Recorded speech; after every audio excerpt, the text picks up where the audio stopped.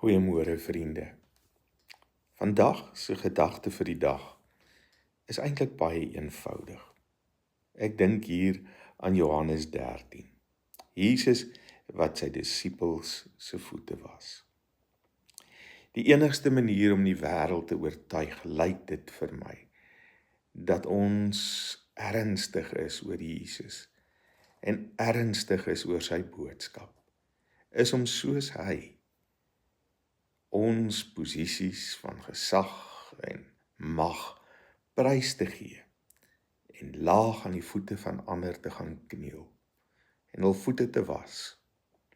Dit beteken dat ek myself sal moet prys gee, dat dit wat vir my belangrik is en in die pad kan staan van so iets weg te skuif. Om eerlik met myself te wees oor wie ek is en wat ek in die lewe wil bereik.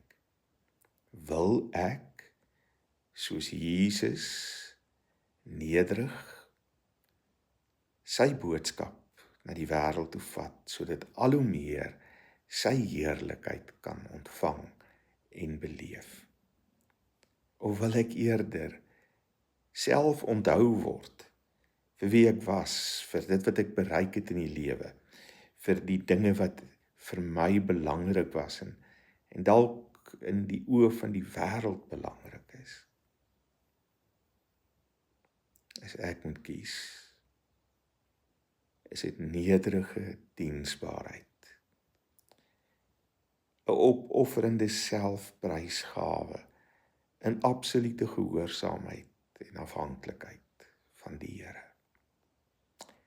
Is nie maklik nie, maar met sy krag glo ek is dit moontlik. Dis die gedagte vir vandag. Nederige diensbaarheid. Mooi bly. Totsiens.